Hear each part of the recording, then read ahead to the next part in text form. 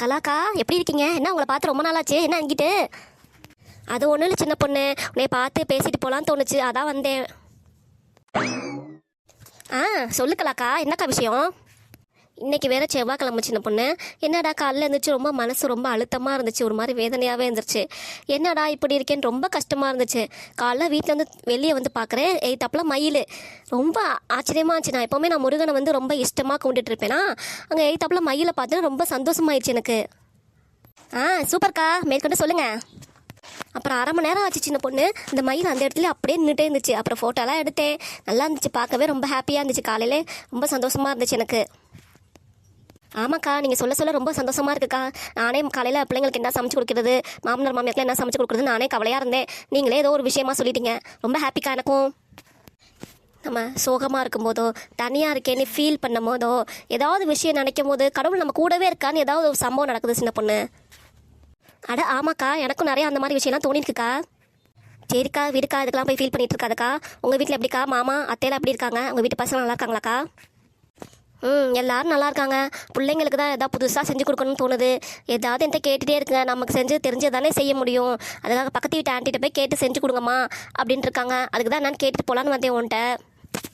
அப்படியாக்கா, வாங்கக்கா, எனக்கு தெரிஞ்சதெல்லாம் சொல்லித்தரேன். நீங்களும் உங்கள் பிள்ளைங்களை செஞ்சு கொடுங்கக்கா.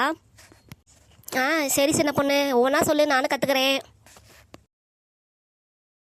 நேற்று நான் என் பிள்ளைங்களுக்கு சத்துமாவு கொழுக்கட்டை செஞ்சு கொடுத்தேங்க்கா. நம்ம ரேஷன் கடையில் கொடுப்பாங்கள்ல, அந்த சத்துமாவு வாங்கி அதில் கொழுக்கட்டை செஞ்சேன்னா என் பிள்ளைங்க நல்லா விரும்பி சாப்பிட்டுச்சுங்கக்கா. அப்படி என்ன செஞ்சு சின்ன பொண்ணு சத்துமாவு கொழுக்கட்டையில் கொஞ்சம் சொல்லு பார்ப்போம்.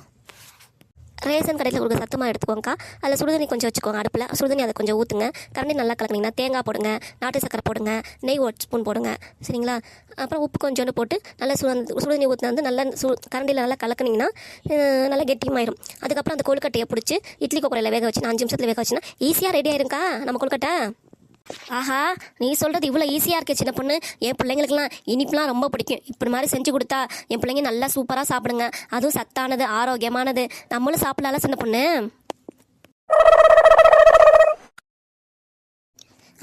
நம்மளும் சாப்பிட்லாம்க்கா, அதெல்லாம் ஒன்றும் இல்லை. நீங்களே எடுத்து 2 போட்டு வாயில் போட்டு சாப்பிடுங்க. நமக்கு உடம்புக்கு சத்து வேணும்ல நம்ம வயசுக்கும்.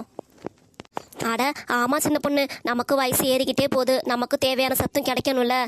சரி சின்ன பொண்ணு, வேற என்ன விஷயம்? எங்கள் மாமனார் மாமியார் கோயிலுக்கு போயிருக்காங்க. நான் சீக்கிரம் சமைக்கணும். அவங்களுக்கு சுகர் பேஷண்ட் வேறு, வந்தவொடனே பசிக்குதும்பாங்க. நான் சமைக்கிறேன், நீ போய் உங்கள் வீட்டு வேலையை போய் பார்க்கா. அப்புறம் பேசிக்கலாம் நம்ம.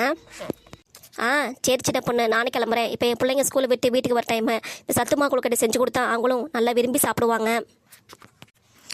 சரிக்கா, போயிட்டு வாக்கா, அப்புறம் நம்ம பேசிக்கலாம்க்கா.